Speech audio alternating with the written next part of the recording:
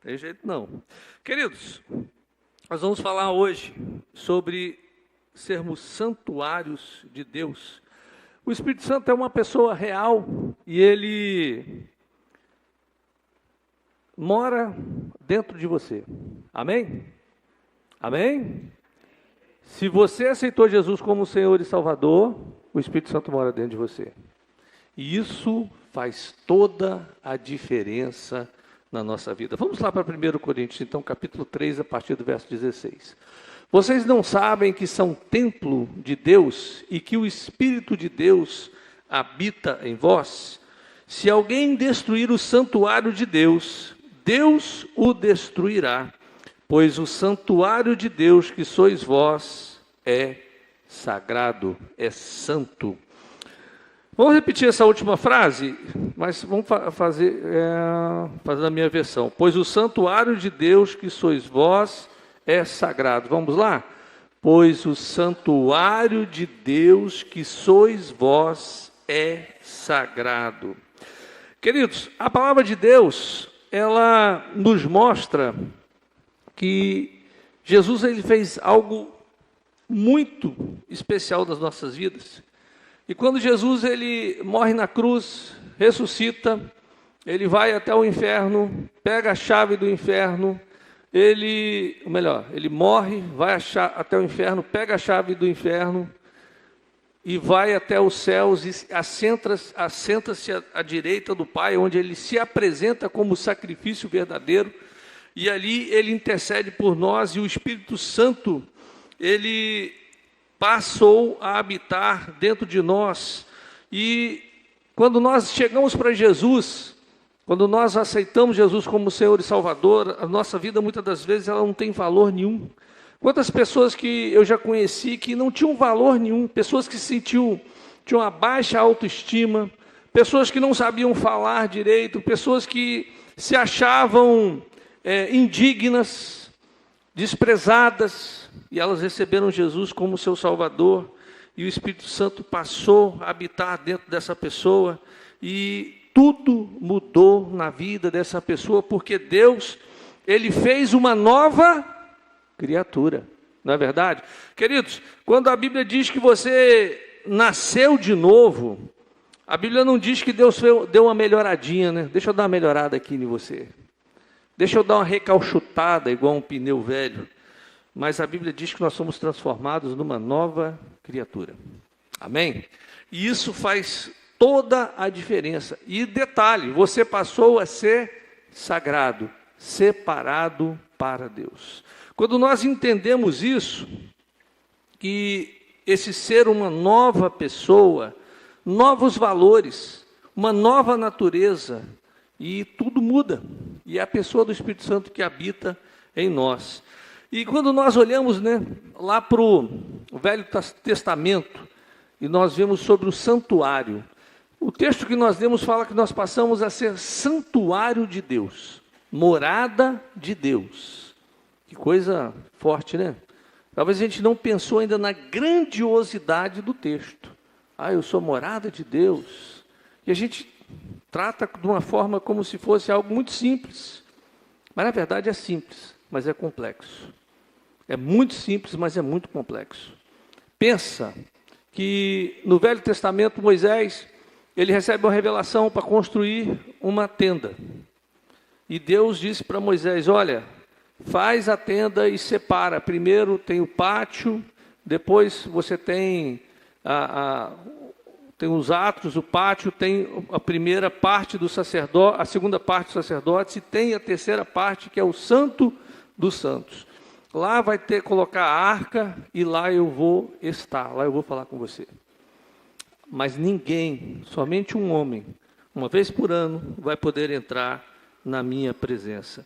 E queridos, quando o templo, Moisés faz a tenda, logo depois Salomão constrói um templo magnífico, lindo, adornado, material de primeira, com muito ouro, muita prata, muitos utensílios, que é o templo que Salomão construiu. Ele era glorioso, majestoso, e foi gasto muito dinheiro muito ouro, muita prata, muito bronze, muito material precioso para construir o templo que Salomão fez.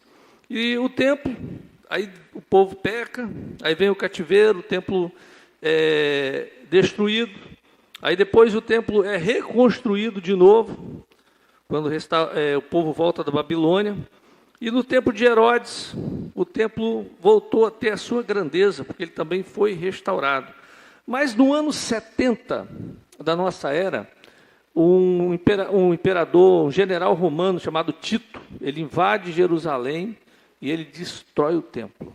Então não ficou pedra sobre pedra. E aí, queridos, quando Jesus estava pendurado ali no madeiro, muitas das vezes nós pensamos, né, eu até pensava, até bem pouco tempo atrás, quando Jesus ele fala, está consumado. E eu pensava que a obra toda estava completa. Mas, na verdade, quando Jesus estava falando sobre isso, a obra de Jesus ainda não estava terminada, porque, como eu disse, Jesus ele morre, desce ao inferno, toma as chaves da morte, tomou as chaves do inferno da mão do diabo, e a Bíblia diz que quando ele ressuscita vitorioso, ele sobe aos céus e ele penetra o verdadeiro santuário para apresentar o seu sangue diante de Deus, que foi derramado por nós para nossa remissão. E até a ressurreição de Jesus, ele continua a sua obra de redenção. Quando Jesus diz que está consumado, ele está falando que a velha aliança, a aliança de Moisés, ela estava consumada. E agora nós entramos na aliança da graça, que é totalmente diferente. Vamos lá para Mateus 27, 50 e 51, para nós entendermos um pouco isso que eu estou falando. Mateus 27, 50 e 51. Deixei minha Bíblia aqui, ó. Sabia que a minha Bíblia estava em algum lugar.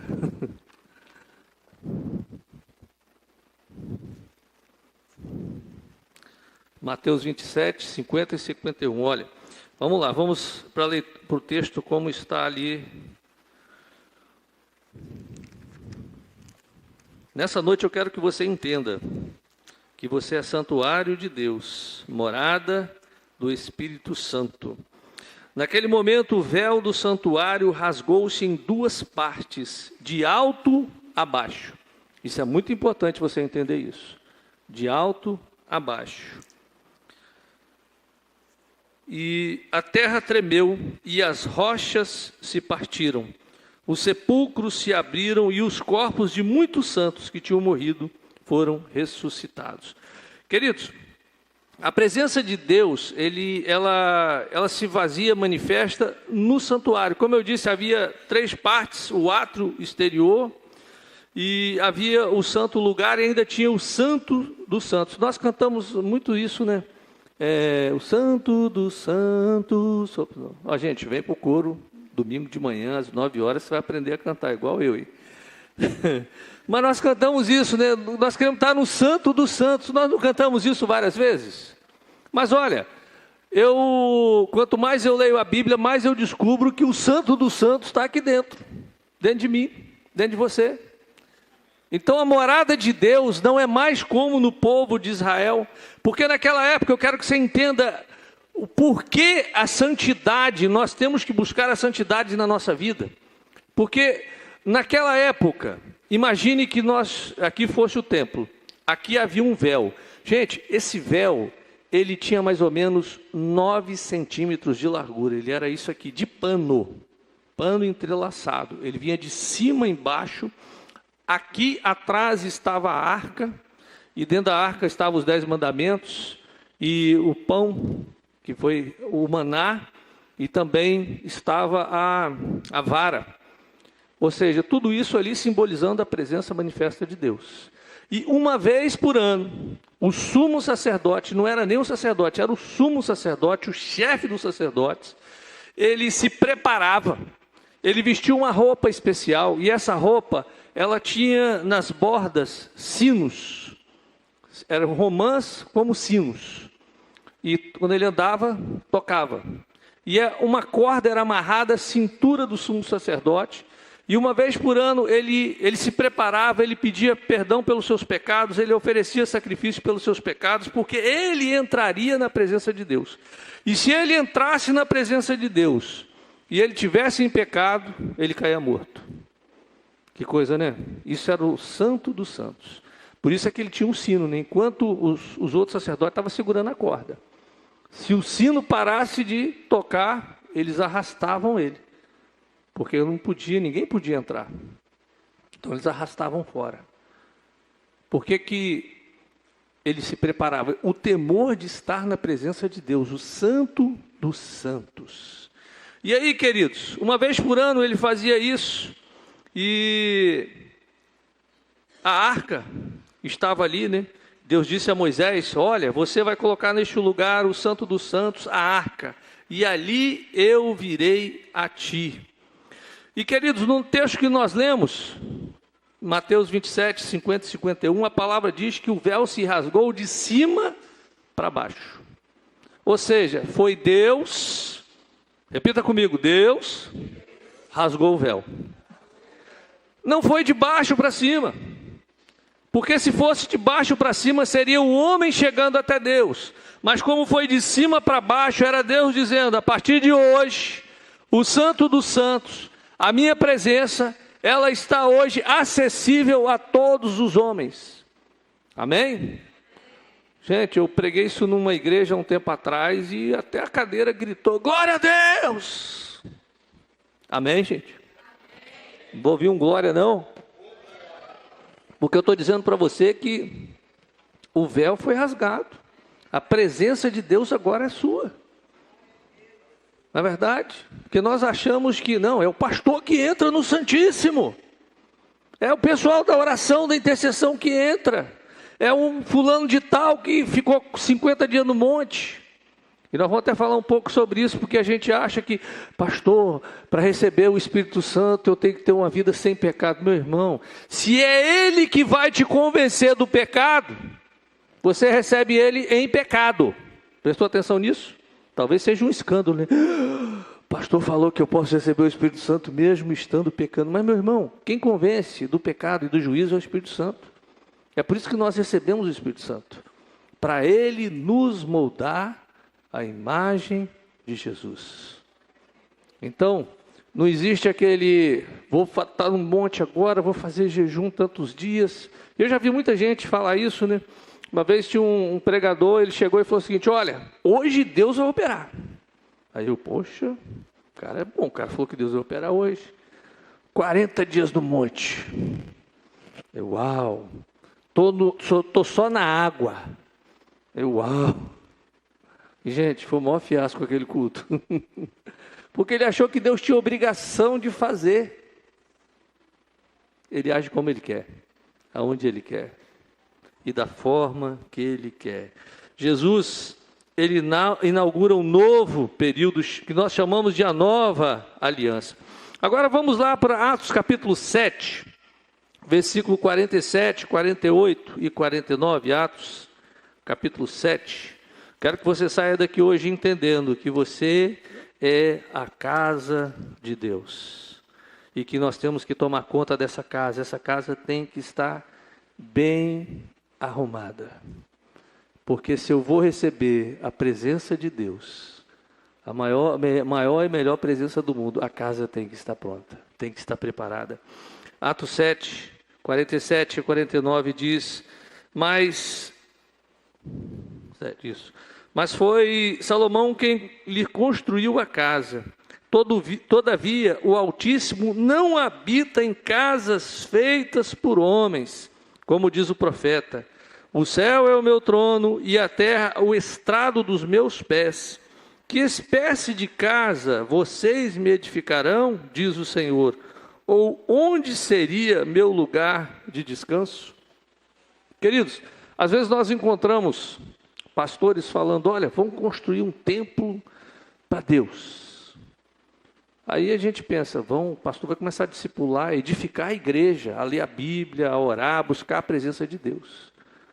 Mas a Bíblia diz que Deus não habita em templos feitos por mãos de homens. Nós temos igrejas construídas, magníficas, lindas, mas não é para Deus habitar. E tem lugares magníficos, templos de granito, de quartzito, né? Púlpitos de cristal. Você vai encontrar igrejas com acomodação acolchoada, você vai encontrar de tudo. E às vezes você não encontra Deus dentro desses lugares. E às vezes tem uma multidão de pessoas e não tem Deus. Agora às vezes você vai ir na igreja mais simples, mas você vai ver pessoas cheias de Deus. Pessoas cheias da presença de Deus. Olha, Jesus, ele diz que o Espírito da verdade, que o mundo não conhece e não pode receber. Por que o mundo não conhece e não pode receber? Porque o mundo está no pecado. Mas Jesus diz aos discípulos: mas vós o conheceis, porque ele habita convosco. Jesus, ele está dizendo aos discípulos o seguinte: olha, ele estará em vós, ele estará no meio de vocês, ele habitará em vocês.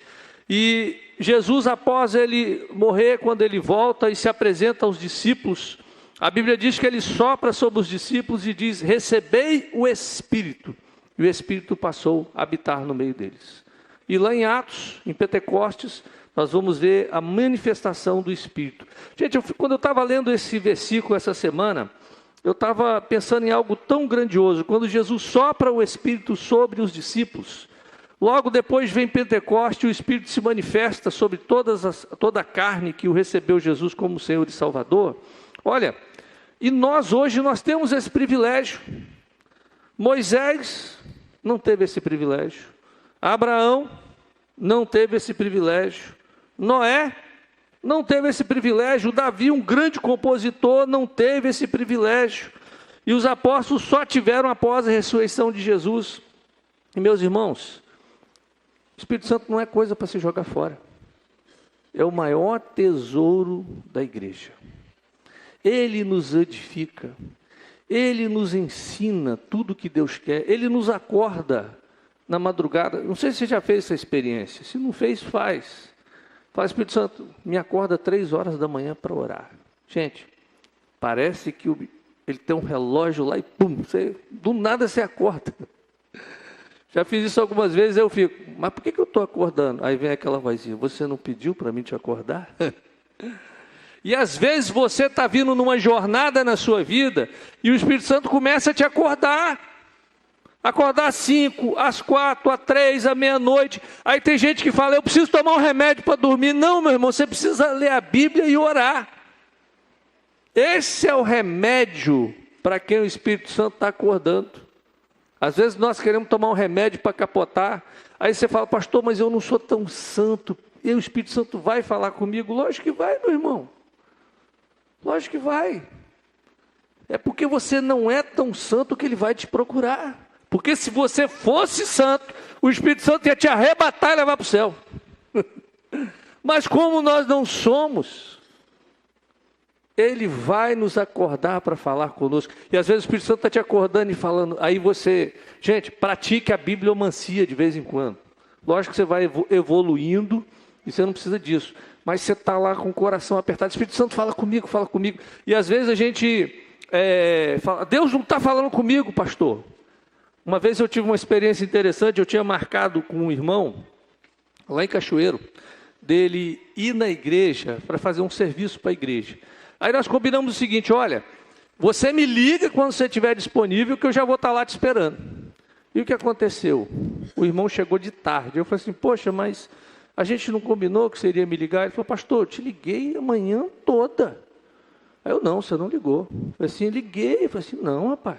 Aí eu fui olhar, eu tinha desligado, tirado a tomada a tomada da internet do celular. Quem é que lembra da internet de escada, hein?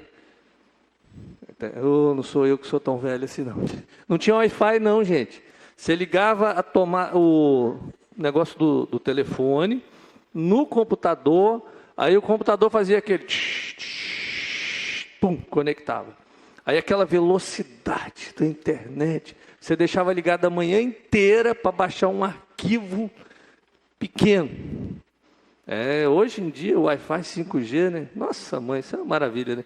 Mas aí eu olhei e vi que eu tinha desligado a tomada do telefone. Pedi desculpa. E querido, às vezes Deus está falando, mas a tomada está desligada. Você não está ligado, não está sintonizado, não vai ouvir. Aí fica, mas Deus não fala comigo, meu irmão, você está ligado nele? A sua tomada está ligada no Senhor? Senão você não vai ouvir a voz de Deus. Então, hoje nós temos o privilégio de sermos a morada do Espírito Santo.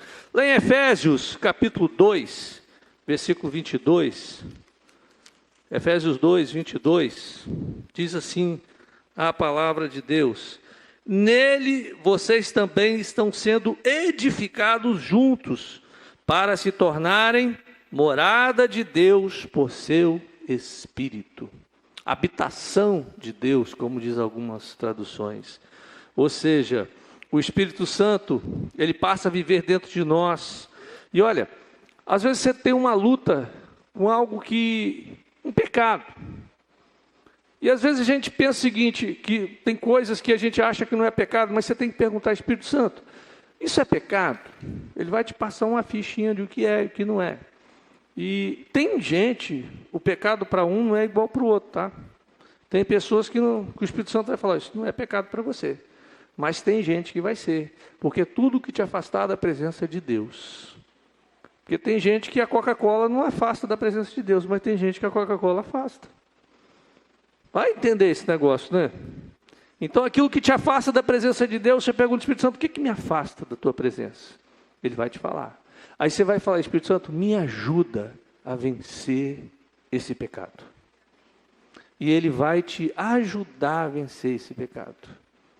Às vezes você tem a língua que não cabe dentro da boca. Fala, Espírito Santo, eu gostaria que o Senhor me ajudasse a controlar, a domar. E falando sério, a Bíblia diz que uma das coisas mais difíceis de ser domada é a língua. Ela destrói casamento, destrói família, destrói impérios, reinos. A maioria das pessoas não tem a língua domesticada. E pede a Deus.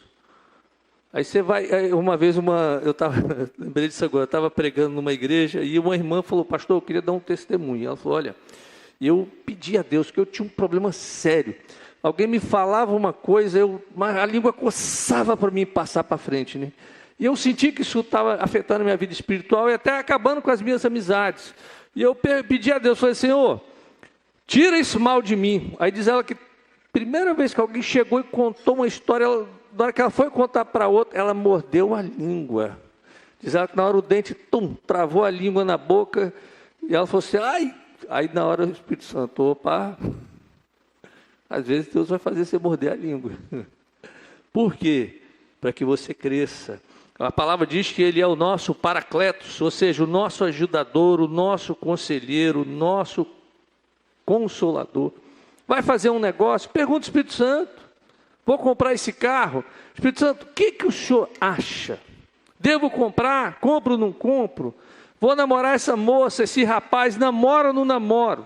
Aí o Espírito Santo vai começar a mostrar para você o que você tem que fazer. Mas o problema é que muitas das vezes o que nós fazemos? Nós não consultamos o nosso ajudador. Porque uma das coisas que a Bíblia diz que o Espírito Santo é ajudador. Você tem alguém que te ajuda? É tão bom, né? Quando você está fazendo um trabalho, aí tem alguém que te ajuda. Alguém que sabe mais do que você e pode te ajudar.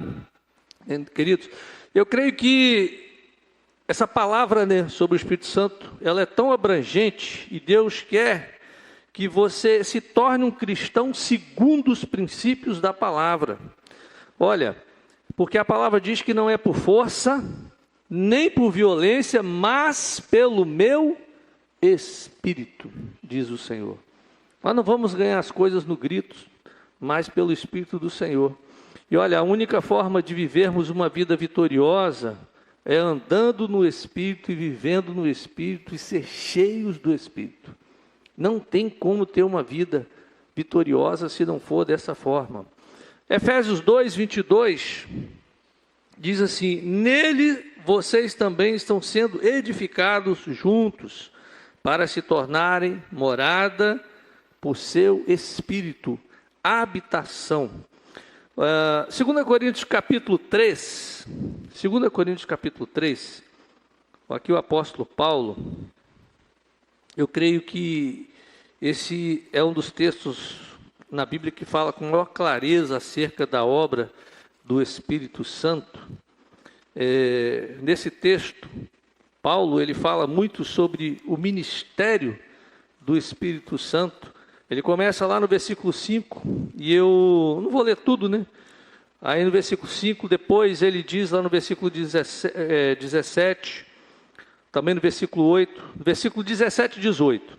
Ora, o Senhor é o Espírito, e onde está o Espírito do Senhor, aí há liberdade. E todos nós, com o rosto descoberto, refletimos a glória do Senhor, somos transformados de glória em glória na mesma imagem, como pelo Espírito do Senhor. O texto fala que há um espelho. E o que o espelho faz? Ele reflete a imagem que está na frente dele. Então, quando nós estivermos olhando nesse espelho, nós vamos refletir Deus na terra. Meu irmão, você vai refletir Deus no seu trabalho. Você vai refletir Deus na sua casa. Olha, eu fico imaginando, todo grande avivamento, ele começa com 1, 2, 3, 4, 5 pessoas. Os grandes avivamentos não começaram com multidão. Começaram com poucos. Não é assim? Wesley, sozinho orando. E assim muitos outros homens. Os grandes avivamentos começaram dessa forma. E queridos, quando você, na sua casa, você reflete a imagem de Deus, você vai contagiar toda a sua família.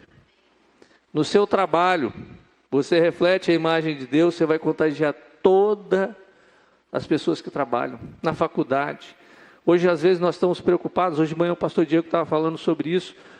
E a gente chega na universidade hoje, principalmente nas federais, o diabo está tomando conta. Aí tem pai que é crente, não vou deixar meu filho ir para a federal. Mas, meu irmão, se você ensinou os princípios e valores, ele vai refletir Deus aonde ele está. Você não pode esconder a luz debaixo da mesa. Ela tem que estar onde? Onde todos possam ser tocados por ela. É assim que funciona. Você tem que deixar a luz brilhar. Você não pode esconder a luz. Por isso é que eu e você, nós temos que entender que nós, como pais, nós somos discipuladores. O primeiro discipulado nosso é dentro de casa. E Deus vai cobrar o talento que Ele te entregou. Tem gente que recebeu 5, tem gente que recebeu 2. Eu recebi 1. Trabalhei da melhor forma possível. E assim tem que ser. O talento que você recebeu, cultiva ele. E deixa ele brilhar onde ele vai estar. Porque Deus, Ele quer que eu e você, que nós venhamos refletir a presença de Deus na terra. Porque o Espírito Santo, Ele não estava lá no céu, o céu estava apertado, né? O Pai, o Filho, o Espírito Santo. Ou seja, não é porque faltou morada, não. É porque Deus quis habitar em nós.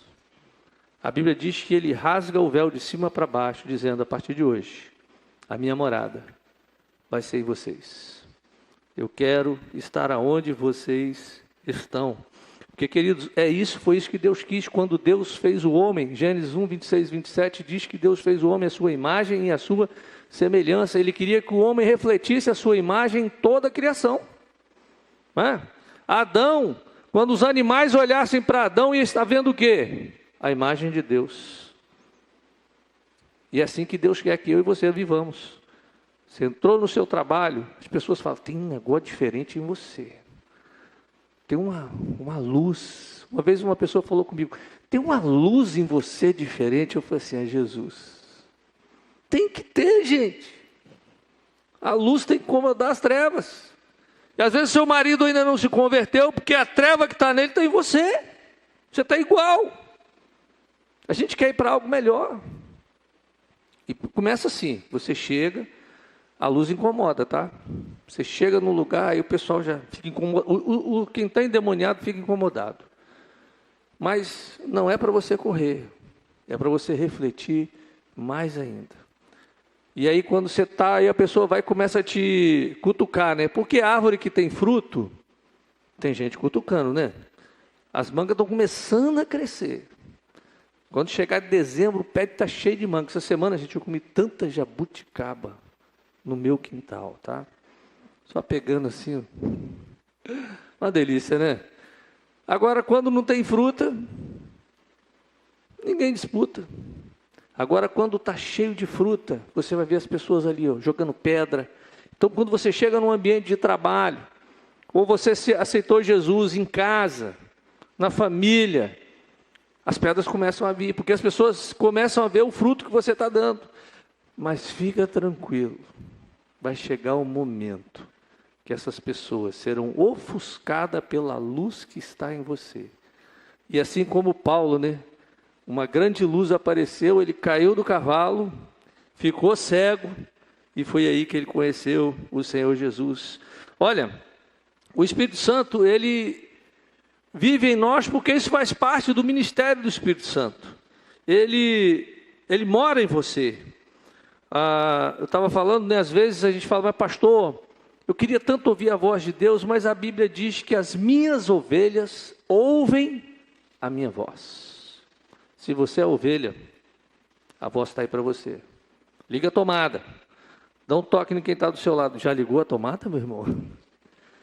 Meu irmão, se você não lê a Bíblia, como é que você vai ouvir a voz de Deus? Isso aqui é o beabá, é o basicão para começar, é ler a Bíblia.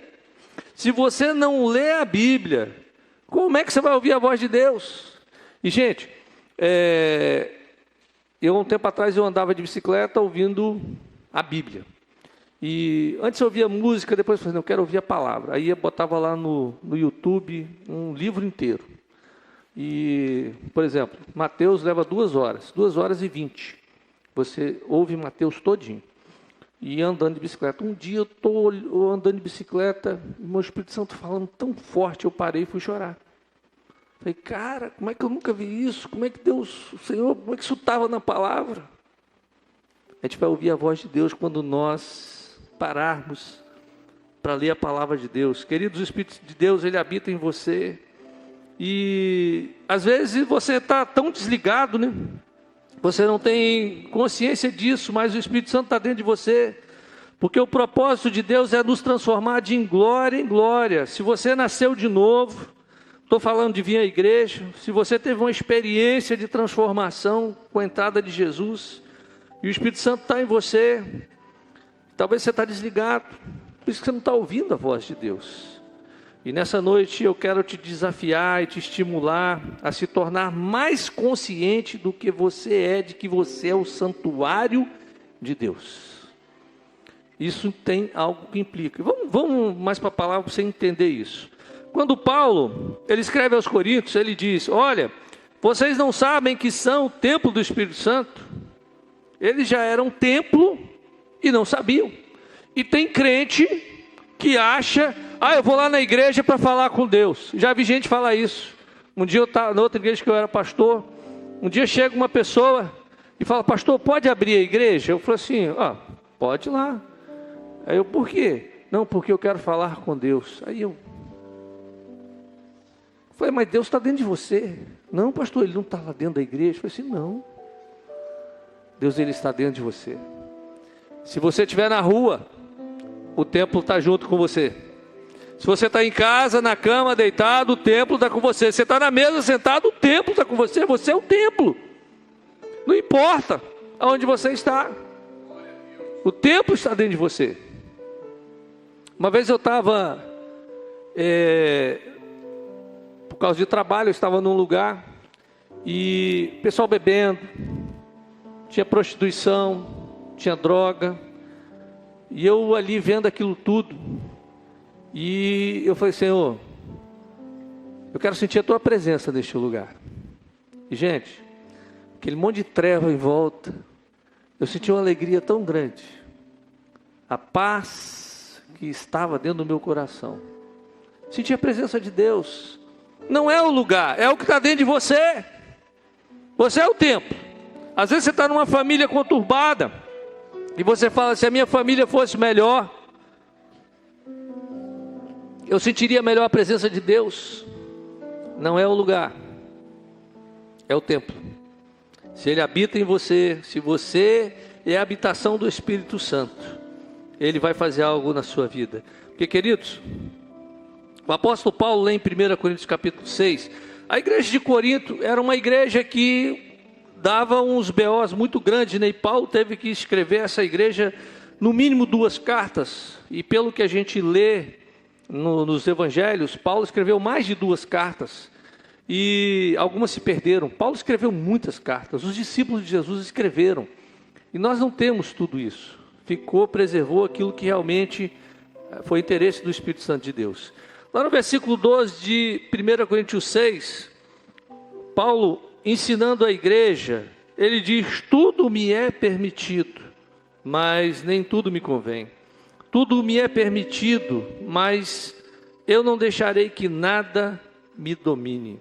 Olha, Paulo nesse texto ele está falando que os alimentos, eles são para ir para o estômago. Assim como o nosso corpo é para habitar o Espírito Santo de Deus. Seu corpo é para habitar o Espírito Santo de Deus, porque o corpo foi criado para o Senhor.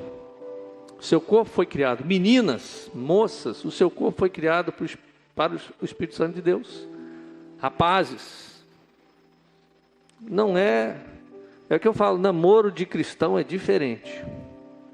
Menina não é maçaneta para o cara ficar passando a mão para tudo quanto é lado, não é. Tem que falar, repreender logo esse espírito de pomba gira e falar assim: sai daqui, meu filho.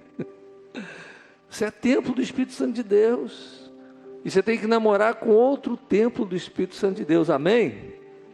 Eu profetizo sobre a vida dessas meninas, que elas conhecerão homens cheios de Deus, assim como os nossos rapazes, que entenderão que nós somos a morada de Deus.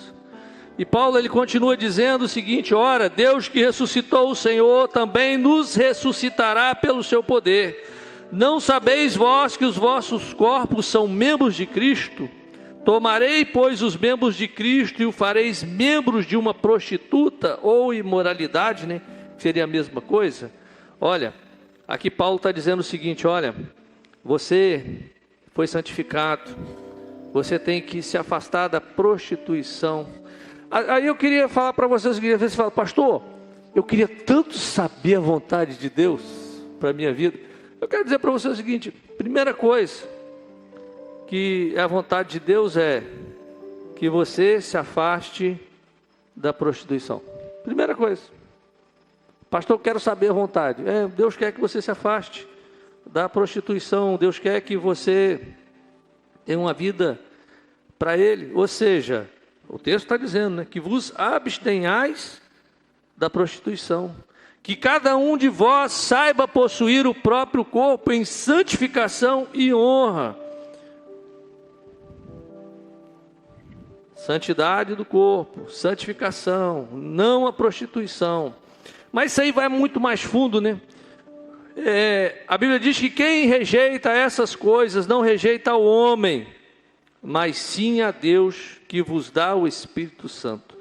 Paulo está dizendo assim, ó: se você rejeita a santidade do corpo, se você rejeita fugir da prostituição, se você rejeita os valores da palavra, você não está rejeitando o homem que prega, você não está rejeitando o pastor El da igreja, você está rejeitando o Espírito Santo de Deus. E a Bíblia diz que Deus, Ele é vingador. Muito sério. Paulo, ele diz assim: ninguém defraude a seu irmão.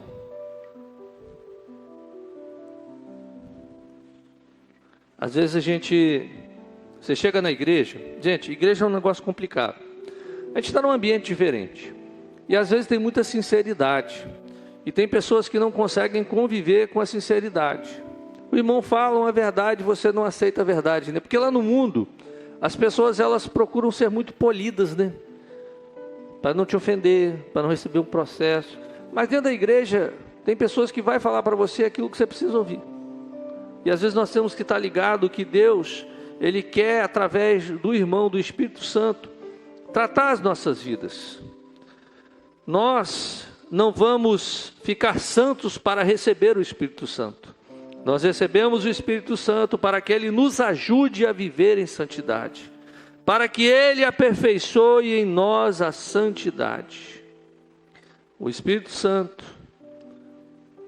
Ele sempre se preocupa como nós vivemos com o nosso corpo. Porque lá em 1 Coríntios, no capítulo, 2 Coríntios capítulo 13, versículo 1, o apóstolo Paulo diz que a graça do Senhor Jesus, o amor de Deus, o Pai, e a comunhão do Espírito, ou seja, seja com cada um de vós. A graça, ela veio do Filho, do Pai, ou melhor, veio do Filho. O amor de Deus, a graça de Jesus, a comunhão, ela vem do Espírito. Você tem que ter comunhão com o Espírito Santo de Deus. O que é ter comunhão? É andar junto, falar. O casamento, para dar certo, tem que ter comunhão, né? Arthur e Luana casaram esse ano, né? Se não tiver comunhão, casamento não vai para frente não. Tem que ter comunhão. Tem que ter tudo em comum. Comunhão é ter tudo em comum, é andar juntos. E o Espírito Santo, ele é uma pessoa, e ele tem sentimentos. Efésios capítulo 4, versículo 30. Vamos lá, que nós temos que... É tanto texto que eu separei, gente, mas não dá para ler tudo. Se a gente for ler tudo, a gente...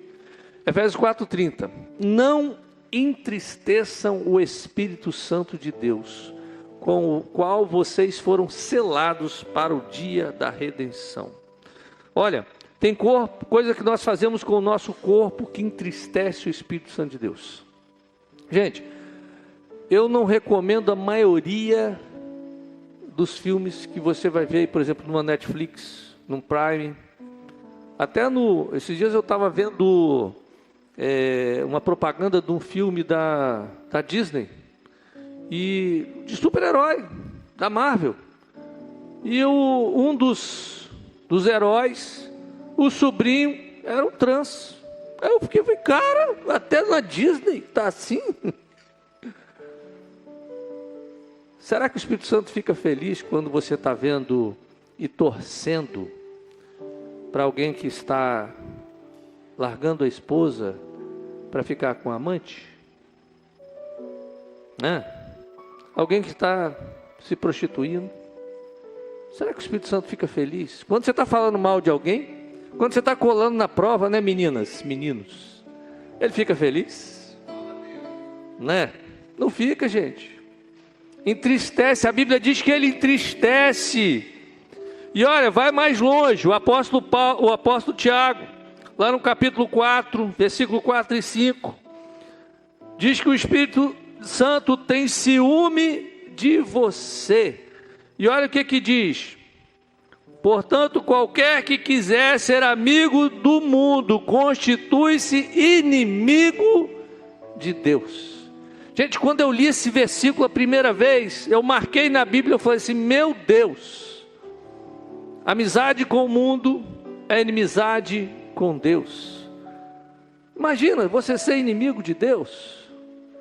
Meu Deus, o negócio é sério, o negócio é feio. E ele fala o seguinte: ele tem ciúme. Mulher geralmente tem mais ciúme que homem, né? Né, mulheres? Como é que o ciúme ele funciona? Ele vai consumindo, né? Chega a amargar a boca, né? E a gente canta, né? Tem ciúmes de mim. Opa, tô cantando bem, já tô afinando, hein? Aí, Valdo, vamos fazer uma dupla, hein? Ele tem ciúmes, ele sente. Quando você olha, ó, mulheres, né? Você está andando com seu marido na praia. Aí passa uma mulher, ele olha, o quê? Qual o sentimento? Ciúme. Agora imagina, você está flertando com o mundo. O que o Espírito Santo sente? Ciúme. Então, mulheres, é esse sentimento. Homens, Sua mulher começa a elogiar muito outro homem, né? Ah, nossa, que músculos.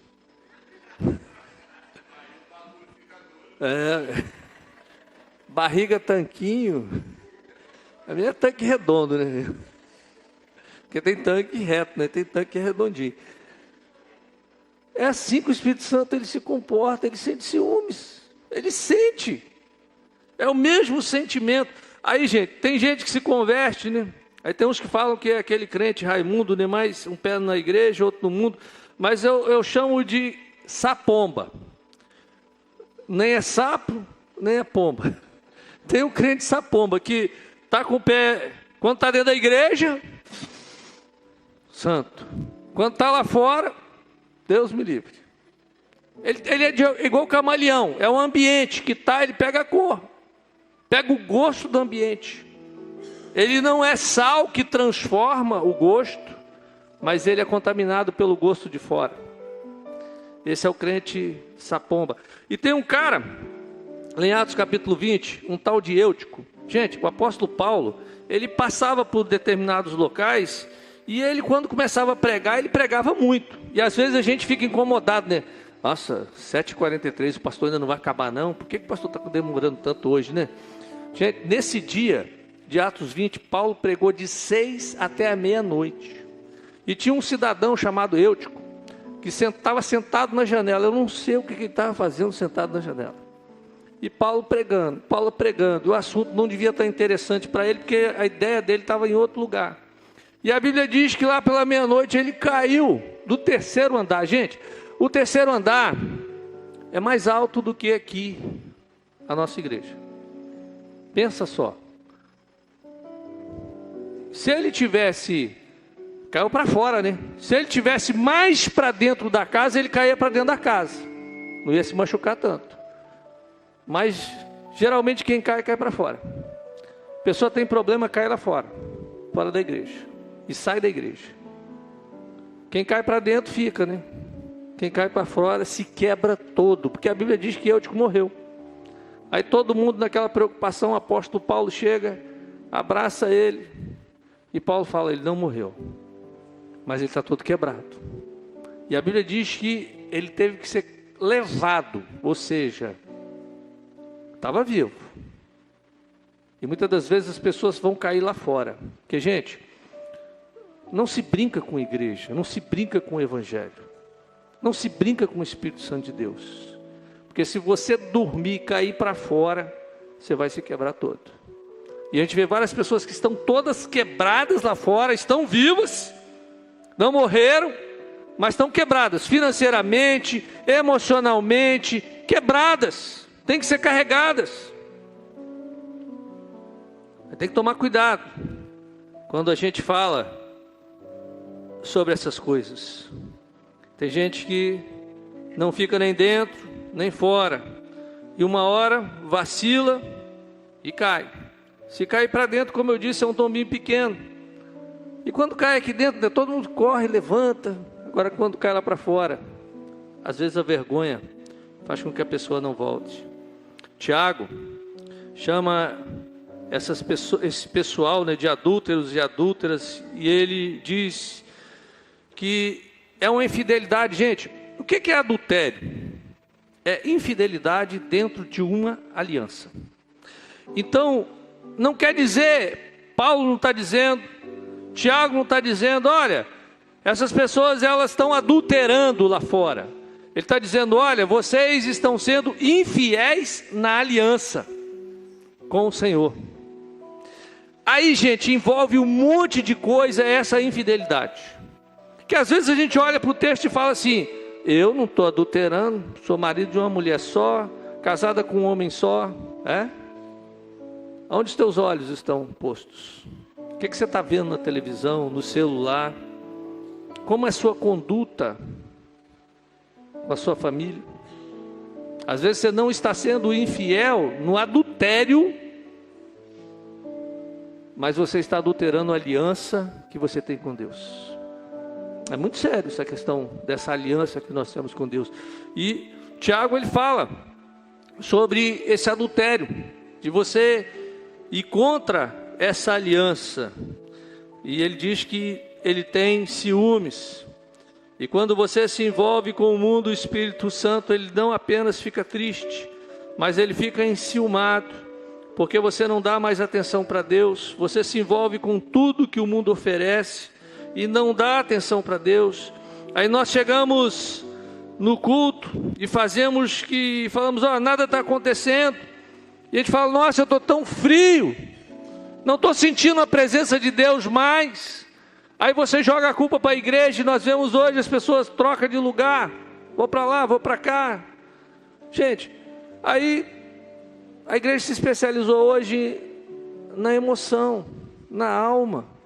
A música fala na alma, a palavra coach te levanta, mas o espírito continua apagadinho, bem fraquinho. Porque, queridos, uma vida cristã emocional é joio. A vida cristã tem que ser no espírito, não pode ser na emoção. Nós não podemos ser movidos pela emoção.